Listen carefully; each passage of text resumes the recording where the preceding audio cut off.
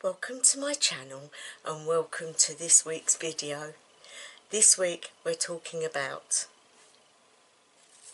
how to communicate with your house plants. Please enjoy.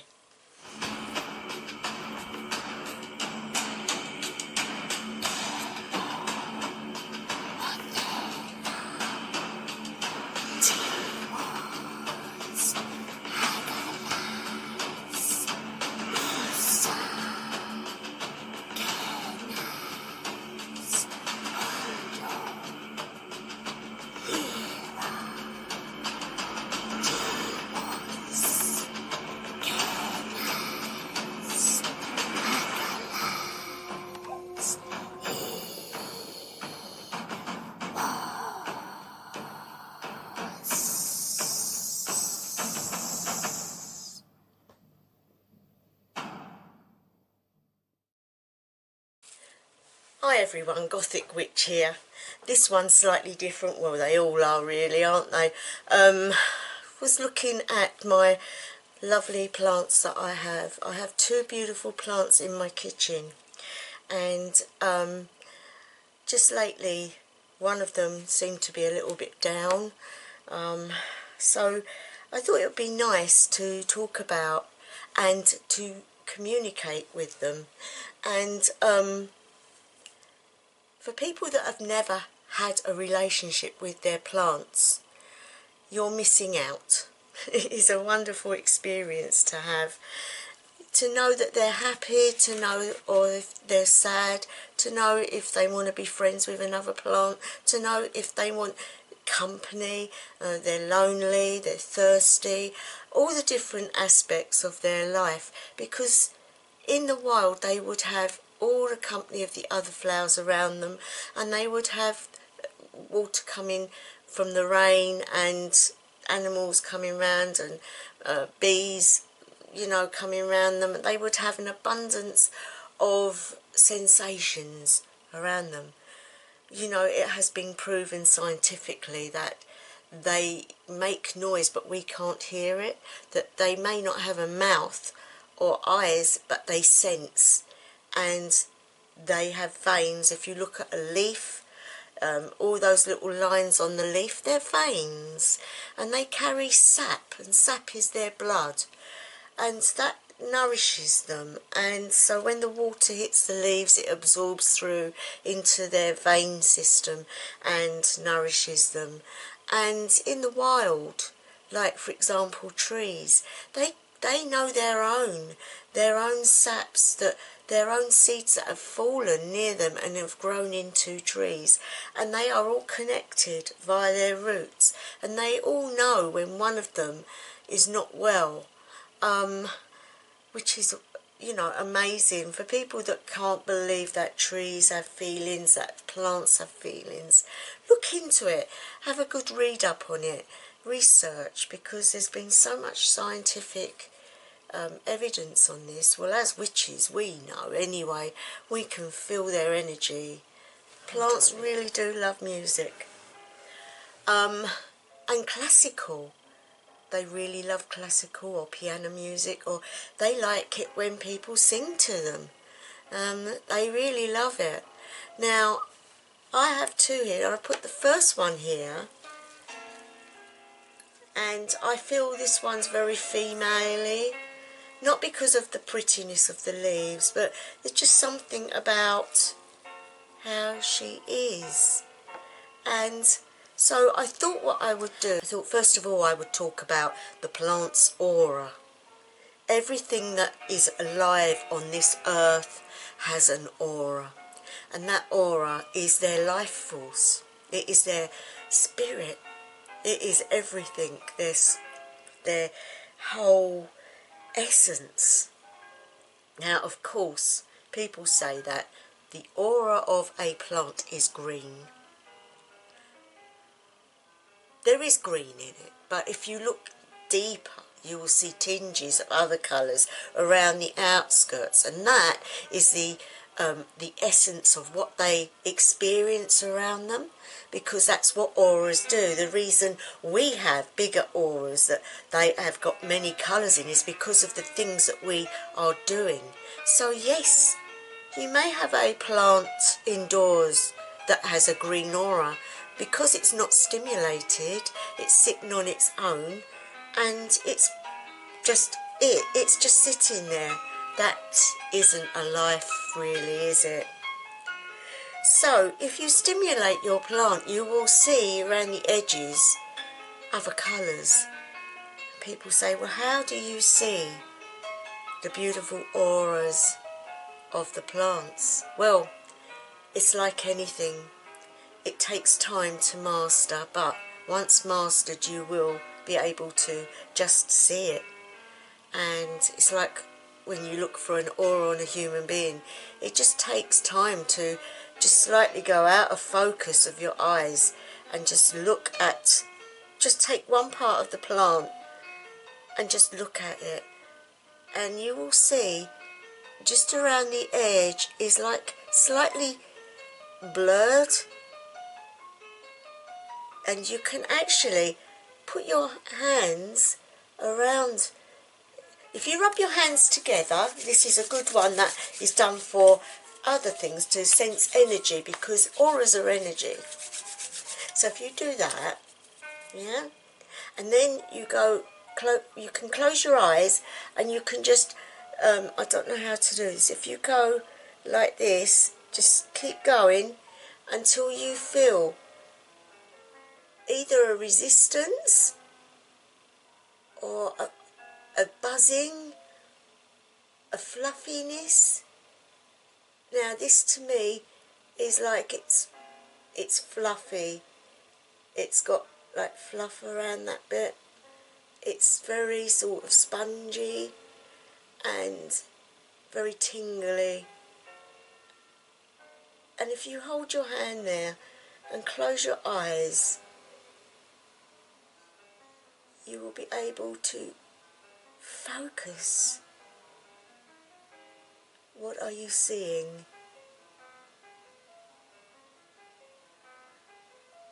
What are you feeling? Is it a nice sensation? Is it welcoming? Or is it like stay away, that sort of feel? I feel with this one there's a lot of emotion, a lot of sadness. Please don't be sad, my friend. It can be quite an emotional experience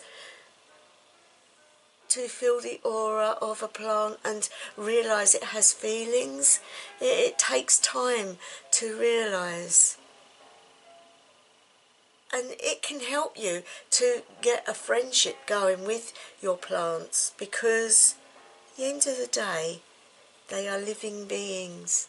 They might not look like you or sound like you, but they are. They are life. What I normally do to make them feel at ease is a little song.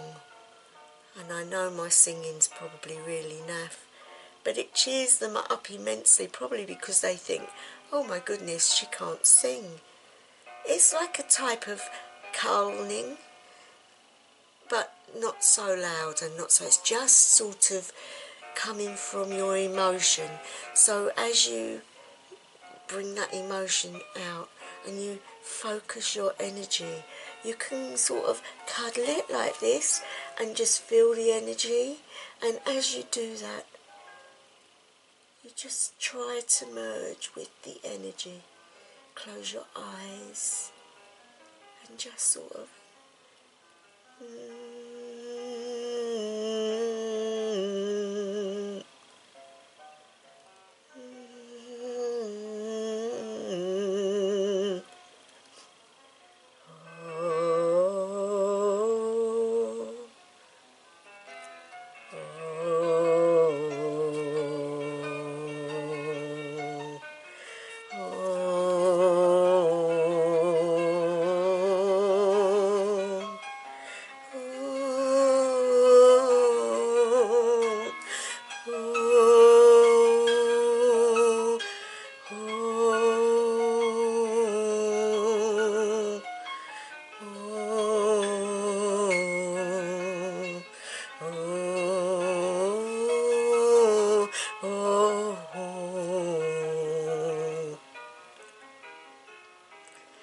And as you do that, you will feel the emotion of this beautiful plant, how it's feeling, what it wants you to know. You will start to feel its emotions and see pictures in your mind. And a love and a bond will grow. Stroke the leaves and show how much you care. Tell it how beautiful it is and how pleased you are to have this beautiful plant in your home. Thank you, my wonderful friend, for being in my life. Thank you for adorning my window ledge and bringing forth nature into my life. I thank you. And that's beautiful plant of this one. Now, if I put that one here, this is the other one. It's beautiful as well. Now this one feels totally different. This one feels more male, or maybe matriotic. I don't know, but it feels more like it's stronger, it wants more. So first of all, we try to, if you rub your hands again and then blow the energy of the other one away. If you do that and then go, you will blow away the aura of that one. Now, rub your hands together. And again, just go near the leaves. And when you start to feel that resistance, or, well, this one's got a totally different feel to it. This one feels, it's hard to put into words. This one just feels like soft. It feels like soft. Imagine silk scarves all flowing in the wind. That's what this aura feels like. And a nice little buzzing. It's very busy. This one likes to know what's going on. Why, hello, my little friend. You have grown so well since you have been adorning my window ledge, and I am so, so grateful for your company. As I feel this energy, just close your eyes and just spend time feeling. What colour is this one's aura? Is it green? Can you see the fuzziness around? If you look at the leaf, just take a leaf and look at it, and as you see that leaf, just let your eyes go slightly out of focus, and you should be able to see, even if it's only a white shadow around it. Now I can see a white shadow, but also green and a dark shadow on the outside. To me, this represents a touch with the divine, a touch with divine inspiration. This plant could be like a familiar. It could be there doing healing to you without you even knowing that this plant has been sent by the divine to nurture you as well. So really we need to learn how to look after them and make their lives happy. And again, needs. What happened was I had this one first and it was on its own, and it sat on the window ledge and it didn't seem to want to grow. And even though I spoke to it every day and obviously made sure it had enough water and earth, it didn't seem very happy. And then my friend bought me the other plant that we've just seen, and when I put that one next to this one, it grew. And that one grew, and they seemed to really enjoy each other's company. And so to me that shows they're sentient beings that need to be able to be around their own kind as well as us, which means a solitary plant is a very sad plant, unless you're very in its face all the time, then it wouldn't be lonely. But these two plants communicate to each other, and so their lives are made better. But you too can communicate and make friends, and they can be really lovely companions. They can give you a lot of emotional understanding. You can talk away your problems to them and they'll give you picture forms back. I've always done this with trees when I've gone into the woods and sat with a tree and meditated. The things that you can be told from a tree, how old some of them are, what stories that they have to tell. Amazing. And what I'll do is I'm going to work with these plants on a weekly basis and spend time getting to know them, getting to know what's going on in their lives and what they would like in their lives. And you too guys can do that. You can start with a seedling and put it into a pot and grow it. Sing to it as it's growing. Give it energy, love. After all, they are sentient beings, and like us, all they want is a bit of tender loving care and to be happy. And with that, I'm going to leave it, and I hope you enjoyed this one. Very different, but plants at this time of the year are lovely, and as a witch you will get a lot of nourishment yourself from that close companionship with your plants. Anyway, wherever you are, hang on a moment. Thank you to any new subscribers, thank you to any returning subscribers, and thank you to those that are already subscribed and are there for me. I thank you. If you enjoyed the content, please press the like button, subscribe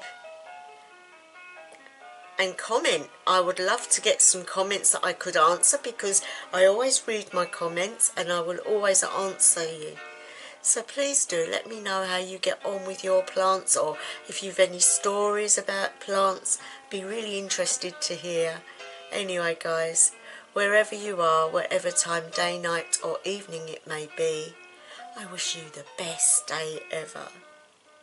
Hausa Verlang.